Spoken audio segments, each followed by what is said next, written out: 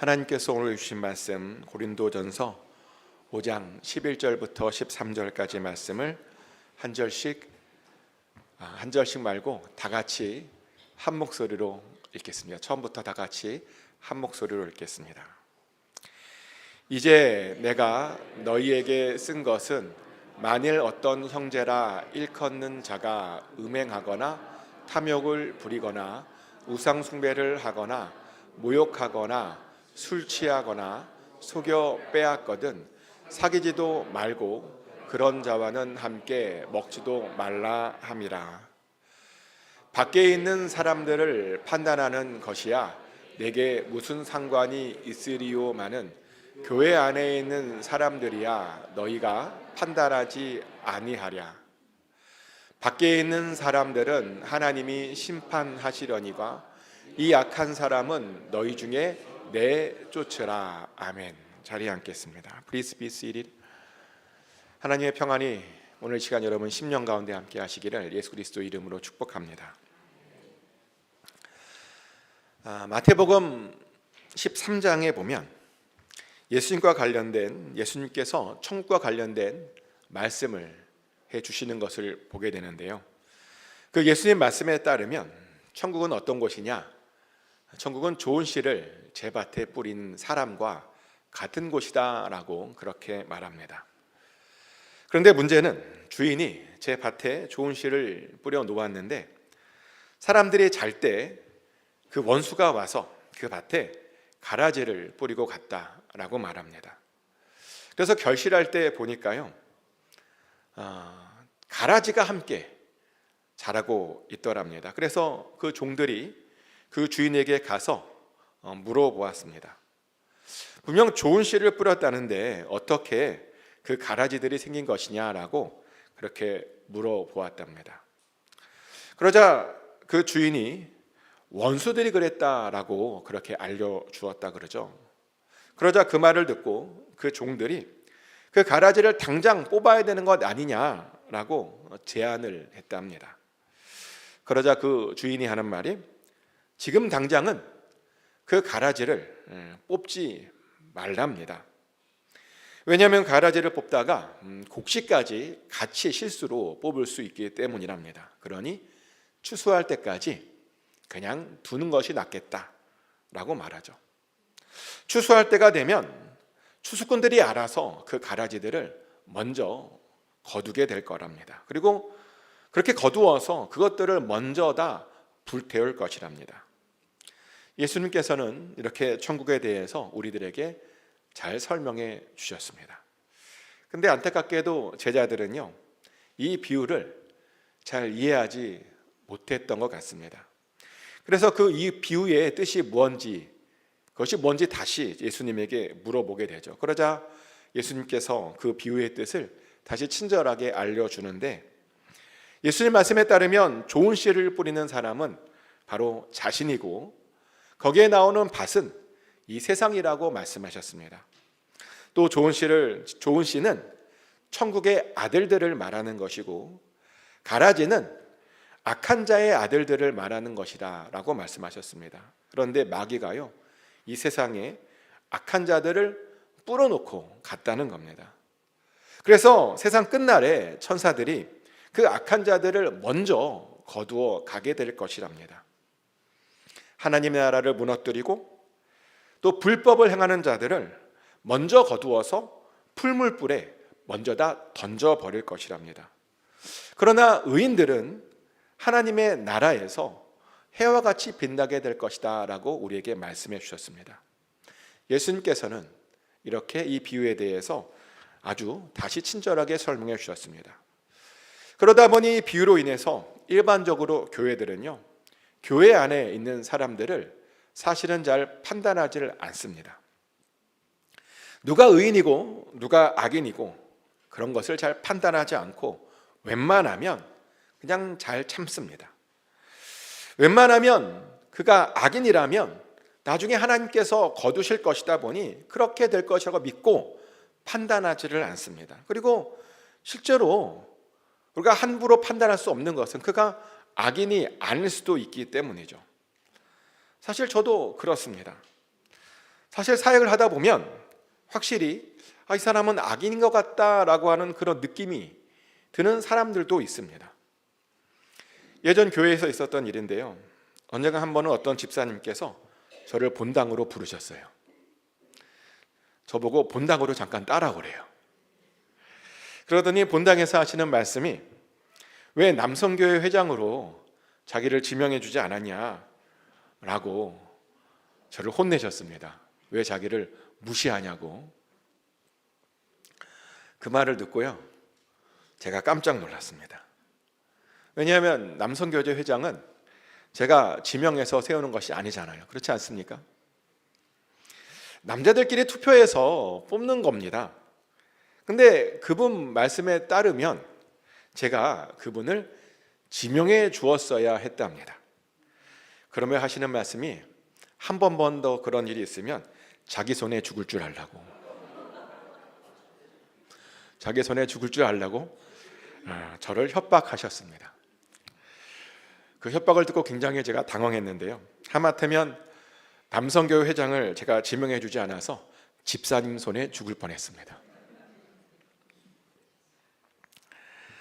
그런데 저는 이 가라지 비유 때문에 그런 분들에게도 특별하게 뭐라고 그렇게 말하지 않습니다. 왜냐하면 악한 사람들과 선한 사람들을 사실은 제가 판단할 수 있는 것이 저는 아니라고 생각했기 때문입니다.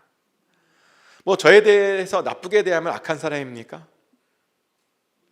저에 대해서 좋게 대하면 그 사람이 정말 착한 사람이 맞는 겁니까? 아니요. 저에 대해 나쁘게 대해도 그 사람 사실은 착한 사람일 수 있습니다. 그리고 저에 대해 좋게 대해도 사실은 그 사람 악한 사람일 수도 있는 겁니다. 나쁘고 좋다라고 하는 것이요, 제가 함부로 누군가를 판단할 수 있는 것이 아니라는 겁니다. 그것은 하나님께서만 판단하시는 것이라고 저는 생각했습니다. 그렇게 믿다 보니 그냥 그분의 상한 마음을 잘 달래주고 제가 용서를 구했습니다. 그리고 정말 그분이 악한 사람이라면 하나님께서 알아서 심판하실 것이다 라고 저는 그렇게 생각했습니다. 근데 어느 날 보니까요, 결국에는 그분이 안타깝게도 교회를 떠나시더라고요. 제가 그분을 존경해 주지 않아서 더 이상 자기가 그 교회를 다니지 못하겠다라고 하시면서 떠나셨습니다. 그래도 그분을 판단하지 않았습니다. 근데요, 나중에 보니까 그분이 확실히 나쁜 사람이었던 것은 맞는 것 같습니다. 왜냐하면 그렇게 나가시더니 몇 년 후에요, 정말 젊은 나이에 갑자기 심장마비로 돌아가셨기 때문입니다. 그리고 돌아가셨을 때는 정말 아무도 그 사람 옆에 있지 않아서 고통 가운데 가슴을 부여잡고 고통 가운데 쓰러져서 그렇게 죽었다라고 제가 들었기 때문입니다. 하나님께서요, 그분을 그런 방법으로 심판하셨던 것 같습니다. 그런 일이 있다 보니 저는 아무리 억울한 일이 있더라도요, 하나님께 맡기지 제가 함부로 다른 사람들을 판단하거나 정죄하지는 않습니다. 근데 이렇게 말했더니 어떤 분이 저에게 이런 말씀하시더라고요. 목사님, 아무래도 제가 가라지 비유를 좀 잘못 적용하고 있는 것 같다고. 그래서 제가 그게 무슨 말이냐라고 물어보았습니다. 그랬더니 그분이 저보고 하는 말이, 다시 제가 마태복음 13장을 봐야 된대요. 그 부러진 밭을 예수님께서 뭐라고 설명하셨는지 다시 한번 보랍니다. 그래서 제가요, 그분의 충고대로 다시 한번 제가 그 부분을 읽어보았습니다. 예수님께서 거기에서 이렇게 말씀하셨더라고요. 마태복음 13장 38절 말씀인데요. 밭은 세상이요, 좋은 씨는 천국의 아들들이요, 가라지는 악한 자의 아들들이요 라고 되어 있었습니다. 밭이 교회가 아니라 세상이랍니다. 그래서 가라지들은 교회에서 찾는 것이 아니라는 겁니다. 가라지는 교회가 아니라 세상에서 찾아야 한다는 겁니다. 그래서 사실 이 말씀은 어떤 말씀이냐면, 이 세상에 왜 이렇게 악한 자들이 많은가에 대한 그런 답이랍니다. 교회 안에 왜 이렇게 악한 사람이 많은가에 대한 답이 절대로 아니라는 겁니다. 그 말을 듣고 보니까 제가 정말 이 말씀을 잘못 적용하는 것처럼 제가 느껴졌습니다. 정말 이 말씀은요, 이 세상에 왜 이렇게 악한 자들이 많은가에 대한 그런 질문에 대한 답이었습니다. 모든 것에 완벽하신 하나님께서 왜 세상에 이렇게 악한 자들을 두셨는가? 하나님 탓이 아니라는 겁니다. 사탄이 하나님 몰래 와서 가라지들을 다 뿌려 놓았기 때문이랍니다. 그래서 하나님께서요, 그 가라지들을 마지막 때에 다 제거하시겠다는 겁니다. 바로 이 말씀은 그런 뜻이었습니다. 자, 그럼 이 말씀은 교회에 적용하면 안 되는 것인가? 사실 교회도요, 세상의 일부죠. 세상에 악한 자들이 있듯이 교회 안에도 사탄이 뿌려놓은 그런 악한 자들이 사실은 당연히 있는 겁니다. 그리고 사탄이 교회를 무너뜨리려고 악한 자들을 그렇게 마구마구 뿌려놓았습니다. 그렇게 들어온 사람들이 실제로 교회 안을 마구마구 흔들어 놓습니다. 교회를 무너뜨리려고 괜히 사람들 사이를 이간질합니다. 담임 목사와 성도님들 사이를 이간질하는 어떤 사람들도 있다고 들었습니다. 또 장로님 사이를 이간질하는 사람들도 있다고 들었습니다. 그리고는 교회에 나온 지 얼마 되지 않은 새 가족들을 실족시켜서 교회를 못 나오게 하는 사람들도 있다는 이야기를 들었습니다. 우리 교회는 없는데, 우리 교회는 없어요. 절대로 오해하지 않았으면 좋겠습니다. 다른 교회는 이런 사람들이 많다는 이야기를 제가 들은 적이 있습니다. 그러면 우리는 그런 사람들을 어떻게 우리가 대해야 할까요? 세상에 뿌려진 가라지들은 하나님께서 나중에 해결하신다는데, 교회에 있는 가라지들은 하나님께서 똑같이 나중에 해결하실 때까지 우리가 그냥 그렇게 두어야 하는 것이 맞는가? 그들이 교회를 무너뜨리려고 마구마구 헤집어 놓는데 그냥 두어야 하는 것이 맞는가? 그 질문에 대한 답이 사실 우리가 처음에 읽었던 그런 본문에 대한 내용입니다. 사실 고린도 교회 안에도 그런 가라지들이 있었습니다. 그런데 사도 바울에 따르면 우리가요, 그런 가라지들과 절대로 사귀면 안 된답니다. 그런 가라지들과는 밥도 같이 먹으면 안 된답니다. 그런 가라지들은 교회에서 내어 쫓아야 한다는 겁니다. 근데 여기에서 문제가 있죠. 아까도 말씀드렸다시피 우리는 그 사람이 진짜 가라지인지 아닌지 우리가 잘 알 수 없다는 겁니다. 그리고 또 다른 문제는 우리들이 어떤 사람을 판단할 때 너무 나중심적으로 판단할 때가 많다는 거죠. 나중심적으로 판단하면 안 되는 거냐고요? 네, 그러면 안 됩니다. 왜냐하면 선과 악은 상대적인 것이 절대로 아니기 때문입니다. 하나님의 선과 악은 절대적인 것입니다. 그래서 절대로 우리는요, 그 선과 악을 나중심으로 절대로 판단해서는 안 되는 겁니다. 근데 안타깝게도 많은 이들이요, 선과 악을 다 자기중심적으로 판단을 합니다. 며칠 전에 어떤 목사님들과 정치에 대한 이야기를 한 적이 있었습니다. 근데 어떤 목사님께서 이런 이야기를 하시더라고요. 자신은 선거를 할 때 당을 이렇게 잘 보지 않는데요, 자신은 당을 보는 것이 아니라 정책만 본대요. 그 사람이 어떤 당에 속해 있고 어떤 사람인가를 보지 않고 그 사람이 나에게 도움이 되는가, 나에게 유익이 되는가, 그것 한 가지만 본답니다. 아무리 나쁜 놈이더라도 그 사람의 정책이 나에게 도움이 된다라고 하면 자기는 그 사람을 뽑고 그렇게 투표를 해왔답니다. 근데 어느 날은요, 갑자기 이것이 과연 맞는가? 내가 잘하고 있는가라고 하는 것에 대한 좀 반성을 하게 되었답니다. 사실은 나에게 이익을 주는 사람이 아니라 미래를 위해서, 그리고 정말 좋은 사람을 뽑아야 되는 건 아니었나라는 그런 생각, 그런 반성을 좀 자기가 하게 되었답니다. 어떻게 생각하십니까? 이 목사님의 고민이 좀 이해되십니까? 아마 이 중에는 이것이 왜 반성할 정도로 문제지라고 그렇게 생각하시는 분들도 아마 계실 겁니다. 근데 이것이 뭐가 문제냐고요? 선악의 판단 기준이 나에게 도움되는지로 판단했기 때문에 사실은 그게 문제입니다. 우리가 선악의 판단을 할 때 공공의 이익과 하나님 중심으로 판단했어야 되는데 나 중심으로 나 개인의 이익을 위해서 판단했기 때문에 그것이 문제였던 겁니다. 근데 문제는요, 우리가 그렇게 하면 안 된다라고 하는 것을 다 알고 있음에도 불구하고 자꾸만 우리가 선악의 판단을 나 중심으로 하려고 하는 그런 경향이 우리 안에 있다는 겁니다. 그러다 보니요, 교회 안에서조차 선악을 이상하게 판단하곤 합니다.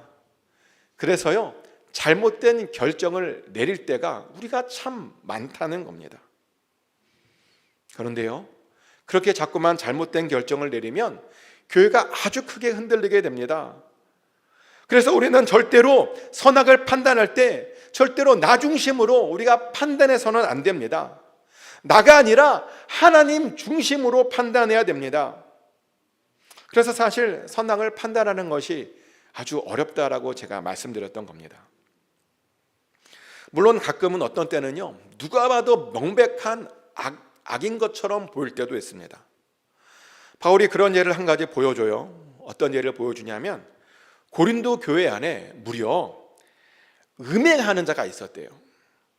어떤 음행인가 봤더니 그 아버지의 아내, 아마 첩이겠죠? 아버지의 아내를 취하는 자가 있었답니다. 그런데요, 그것은 절대로 성경이 금지하는, 절대로 해서는 안 되는 그런 일이었습니다. 레위기 20장 11절 말씀이죠. 누구든지 그의 아버지의 아내와 동침하는 자는 그의 아버지의 하체를 범하였은즉 둘 다 반드시 죽일지니 그들의 피가 자기들에게로 돌아가리라 라고 우리에게 분명히 경고하셨습니다. 이것 말고도요, 성경에서는 무려 4군데나 더 절대로 아버지의 첩과 동침하지 말라라고 그렇게 분명히 경고했습니다. 그런데요, 그런 경고에도 불구하고 고린도 교회에 그런 사람이 있었다라고 말을 합니다. 그래서 율법대로라면 그 사람, 그런 사람을 죽였어야 하는 겁니다.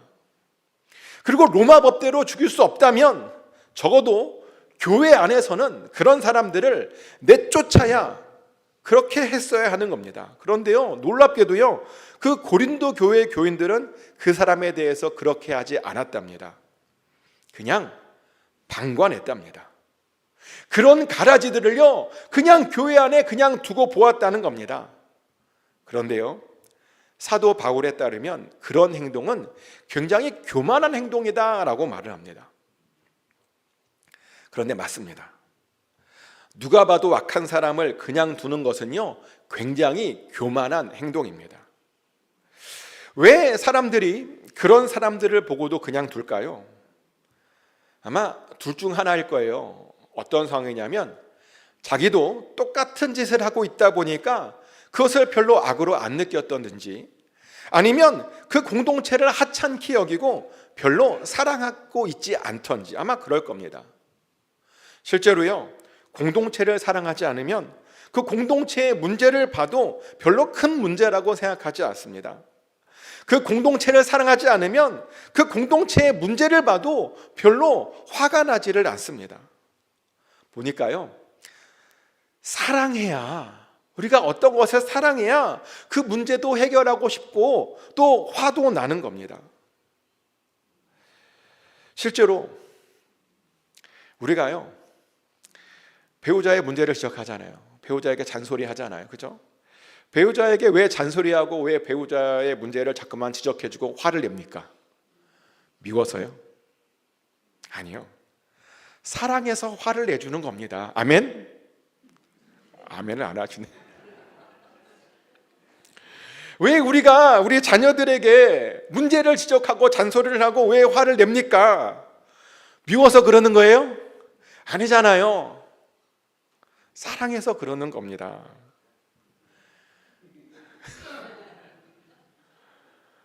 교회도 마찬가지입니다. 왜 우리가 교회들의 문제를 해결하려고 우리가 애를 씁니까? 교회를 사랑해서 그러는 겁니다. 하지만 교회를 사랑하지 않은 분들은 교회 문제를 봐도 전혀 그 문제를 해결하려고 하지 않습니다. 교회 복도에 휴지가 떨어져 있는데도 불구하고 그 휴지를 전혀 주우려고 하지를 않습니다. 줍기는커녕 뭐라 그러냐면요, 왜 교회를 왔는데 이렇게 더럽냐고 저에게 불평을 해요. 마치 자신은 이 교회에 속해 있지 않은 사람들인 것처럼 말이죠. 그런데 악한 사람들에 대해서도 비슷하게 그것이 나타나는데요, 왜 교회 안에 있는 악한 자들을 그냥 가만히 두며 쫓아내지 않는가? 자신은 그 교회의 공동체에 속해 있지 않다라고 그렇게 생각하고 있기 때문입니다. 그 교회를 사랑하지 않기 때문이라는 겁니다. 그래서 바울은 그런 자들에게, 교회를 사랑하지 않는 자들에게 교만하다라고 그렇게 지적했던 겁니다. 그런데요, 절대로 교만한 자들이 되어서는 안 됩니다. 악을 방관하는 그런 자들이 되어서는 안 됩니다. 악한 가라지들을 보면요, 내어 쫓으셔야 됩니다. 그것이 교회를 진심으로 사랑하는 그런 일입니다.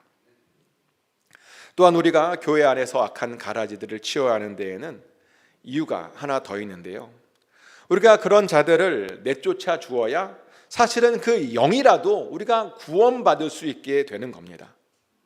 고린도전서 5장 5절 말씀이죠. 이런 자를 사탄에게 내주었으니 이는 육신은 멸하고 영은 주 예수의 날에 구원을 받게 하려 함이라. 아멘. 바울은요, 그런 사람들을 내어 쫓았는데, 심지어 바울이 뭐라고 말하냐면 그런 사람들을 자기가 사탄에게 내어 주었다라고 말합니다. 근데 왜 그랬는가 봤더니 육신은 멸하지만 영은 주 예수의 날에 구원을 받아야 하기 때문이다 라고 말합니다. 내쫓아 주어야 그 영이라도 구원받을 수 있다는 겁니다. 맞습니다. 내쫓으면 다시 그 사람이 정신을 차릴 수도 있는 겁니다. 그런데요, 만약 내쫓지 않으면, 아무것도 하지 않으면 어떻게 되는지 아십니까? 어느 순간부터 그 사람은 자기가 하는 그 짓이 나쁜 일이라고 전혀 생각하지 않게 됩니다. 그러며 똑같은 일을 계속 반복적으로 저지르게 됩니다. 그러다가 나중에는요, 양심의 화인이 맞아서 그것이 왜 죄인지조차도 알지 못하게 됩니다. 그래서 나중에 다른 사람이 그것에 대해서 잘못이라고 말하면 그것이 왜 잘못이냐고 따지며 오히려 적반하장으로 항의하게 되는 겁니다. 그렇게 하나님에 대해서 대적까지 하게 된다는 겁니다. 실제로 그렇게 하나님을 대적하는 사람들이요, 정말 많습니다. 어느 교회에서 들은 이야기인데요, 그 교회 재정을 맡고 있는 어떤 집사가요, 몰래 헌금을 빼돌렸대요. 근데 문제는 뭐냐면 그게 왜 잘못인지조차도 알지 못하더래요. 뭐라고 말하냐면, 교회는 돈이 많고 자기는 돈이 없으니까 돈이 많은 교회가 불쌍한 자기를 이렇게 도와줘야 되는 건 아니냐라고 말도 안 되는 이야기를 하더랍니다. 근데 왜 그가 그런 지경까지 되었을까요? 그동안 한 번도 걸리지 않았거든요. 아무도 그것에 대해서 지적하지 않았기 때문이었습니다. 근데요, 만약 그가 걸렸다면 아마 그 정도까지는 되지 않았을 겁니다. 누군가 그를 초기에 혼내주었다라면 아마 구원은 받았을 겁니다.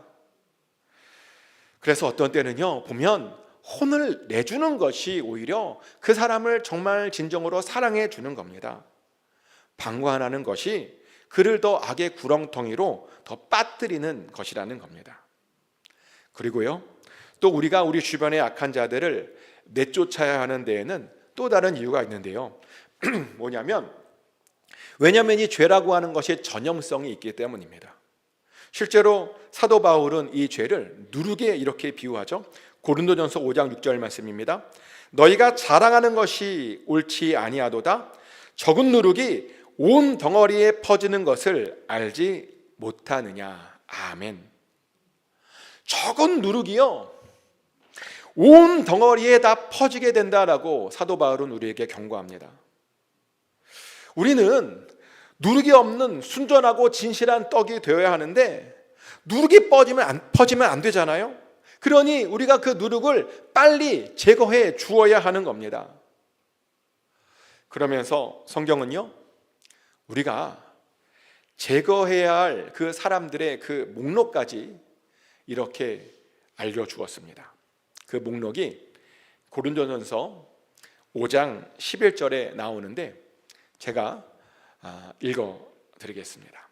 고린도전서 5장 11절 말씀입니다.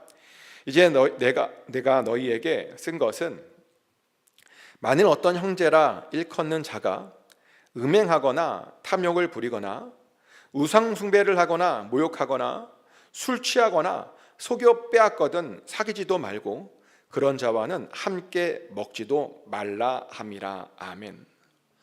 사도 바울이 이렇게 뭐라고 말하냐면 형제라고 부르는 자들 중에 음행하는 자, 탐욕을 부리는 자, 우상 숭배하는 자, 다른 사람들을 모욕하는 자, 술 취하는 자, 속여 빼앗는 자들하고는 절대로 사귀지 말라라고 우리에게 경고했습니다.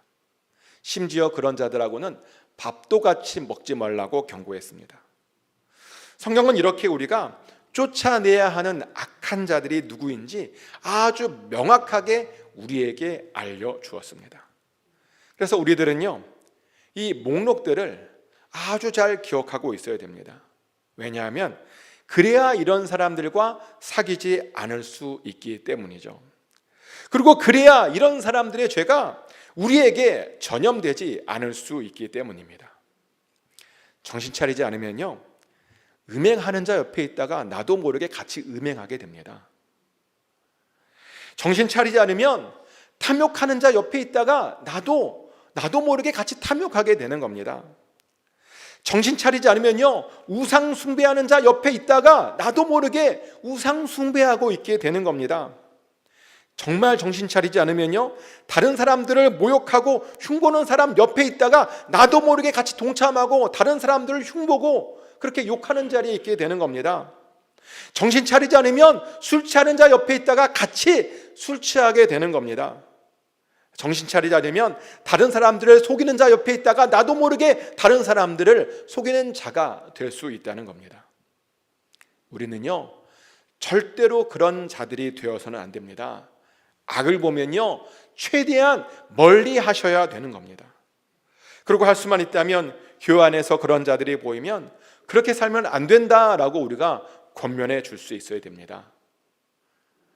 사실요, 그것이 그 사람을 위하는 일입니다. 사실은 그것이 그 사람을 진정으로 사랑해 주는 일입니다. 그리고 사실 그것이 그 사람을 정말 보호해 주는 그런 일인 겁니다. 우리가 그 권면했을 때 그 사람이요, 구원받을 자라면 그 권면을 듣고 아마 회개하고 돌아올 겁니다. 그런데 그 사람이 구원받지 못할 자라면 그 권면을 듣고 실족하고 떠날 것이고 하나님께서 그렇게 심판하실 것이랍니다. 우리의 의무는 잘못을 잘못이라고 지적해주며 그에게 다시 구원의 길을 열어주는 겁니다. 그것이 그 형제를 진심으로 사랑하는 것입니다. 축복하는 것은 여러분의 권면을 통해서 잘못된 길을 가고 있는 자들이 정말 바른 길로 갈 수 있게 되기를 축복합니다.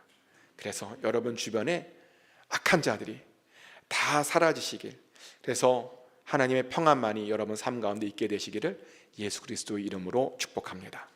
이 시간 다 같이 기도하기를 원하는 것은 먼저 교회를 위해서 좀 같이 기도하기를 원합니다.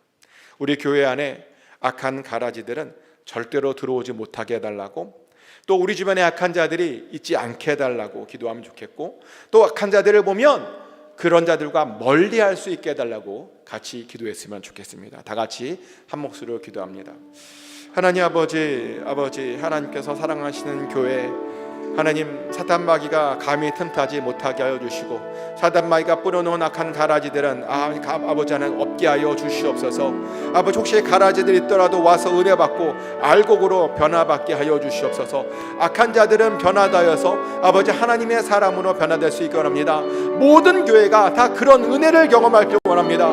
모든 교회가 그런 권능을 경험할 수 있게 원합니다. 그래서 하나님, 교회 안에 하나님의 놀라운 능력이 넘쳐서 하나님께 쓰임받는, 정말 흔들리는 교회가 아니라 하나님께 쓰임받는 그런 교회가 되기를 원하오니 아버지, 교회들을 사용하여 주시옵소서. 우리 주변의 악한 자들은 다 사라지게 하여 주시고, 우리의 겉면을 통해서 아버지 정말 그들이 하나님을 새롭게 만나게 하시고 변화되게 하여 주시고, 그래서 알곡으로 정말 하나님의 사랑하시는 자들로 다 변화되게 하여 주시옵소서. 그렇게 역사하여 주시옵소서. 우리를 그렇게 사용하여 주시옵소서. 하나님의 나라가 이곳에 오게 하여 주시옵소서. 사랑의 하나님, 이 세상에 마귀가 뿌려놓은 가라지들이 너무나 많습니다. 또한 교회 안에도 교회를 흔들려고 들어온 악한 가라지들이 너무나 많습니다. 교회들마다 그런 자들을 분별하게 하여 주시고, 교회들마다 그런 자들을 피해가게 하여 주시옵소서. 교회들마다 선으로 악을 이기게 하여 주시옵소서. 특별히 교회들 안에 하나님의 백성들로만 채워주게 하여 주시옵소서. 그래서 교회들마다 평안케 하여 주시옵소서. 우리 주변에 주님의 평안이 넘치게 하여 주시옵소서. 예수 그리스도 이름으로 간절히 기도드렸습니다.